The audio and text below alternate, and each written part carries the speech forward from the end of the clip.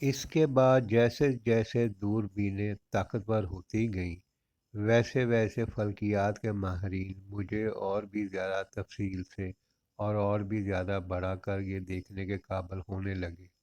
دوربینوں سے میری رنگت گہری سرخ نظر آتی تھی، اس لیے مجھے سرخ سیارہ بھی کہا جانے لگا۔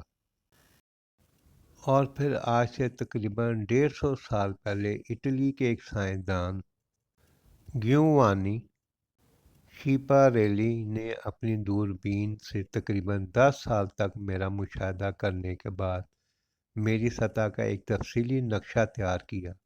اس نقشے میں میری سطح پر چھوٹی بڑی نالیاں بھی دکھائی گئی تھیں۔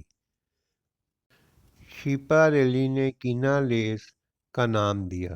ویسے تو اٹلی کی زبان میں کینالیز کا مطلب صرف نالیاں ہوتا ہے، لیکن جب یہ نام انگریزی جاننے والے ماہرین کے پاس پہنچا تو وہ اسے کینال سمجھے۔ اب چونکہ انگریزی میں کینال سے مراد نہر ہوتی ہے، تو یہ شور مچنے لگا کہ مجھ پر یعنی مریخ پر بھی زمین جیسی نہریں موجود ہیں، گویا مجھ پر بھی انسانوں جیسے ہی کوئی اور مخلوق آباد ہے جس نے یہ نہریں تعمیر کی ہیں۔ کچھ عرصہ بعد، آج سے کوئی 100 سال پہلے، ایک شوقیہ امریکی ماہر فلکیات پرسیول لوول نے بھی میری سطح پر سینکڑوں نئی نہریں دریافت کرنے کا اعلان کر دیا۔ مگر لوول صاحب صرف یہیں پر نہیں رکے، بلکہ انہوں نے یہ یقین بھی ظاہر کر دیا کہ مجھ پر ایسی طرح کے شہر آباد ہیں جیسے زمین پر ہوتے ہیں۔ اس اعلان پر کسی نے یقین کر لیا اور کسی نے شک کا اظہار کیا۔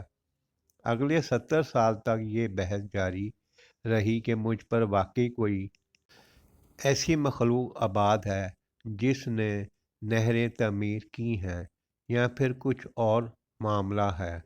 بولے لوگوں نے مجھ سے طرح طرح کی کہانیاں وابستہ کر دیں۔ 1976 میں زمین سے بھیجے گئے 2 خودکار خلائی جہاز واکنگ اول اور واکنگ دوم میری سطح پر اترے، اور دونوں خلائی جہازوں نے میری سطح کے ہزاروں تصویریں کھینچنے کے علاوہ میری فضا یعنی ہوا اور مٹی کا بھی خاصا تفصیلی جائزہ لیا۔ تب سے لے کر آج تک انسانوں کے بنائے ہوئے درجنوں خودکار خلائی جہاز مجھ پر اتر چکے ہیں۔ اس وقت جب کہ میں یہ آپ بیتی لکھ رہا ہوں، انسان خود مجھ تک نہیں پہنچ سکا ہے، لیکن سنا ہے کہ زمین پر موجود کچھ ادارے آئندہ 10 سے 20 سال کے دوران انسانوں کو مجھ تک پہنچانے کے لیے منصوبے بنا رہے ہیں، اور کچھ اداروں نے تو مالدار لوگوں سے اس مقصد کے لیے رقم بھی جمع کرنا شروع کر دی ہے۔ خدا اس سارے کھیل میں میرا کوئی قصور نہیں ہے، میں تو وہی کا وہی ہوں، لیکن پیسہ کمانے کا یہ طریقہ غلط ہے۔ آپ میں جلدی جلدی اپنے بارے میں کچھ معلومات بھی دیتا چلوں۔ میرا شمار پتھریلے ہونے، روکی ڈاورس کہلانے والے سیاروں میں ہوتا ہے۔ ان میں سب سے پہلے ہمارا سب سے ننھا مننا بھائی عطارد ہے، جو سورج سے نزدیک ترین بھی ہے۔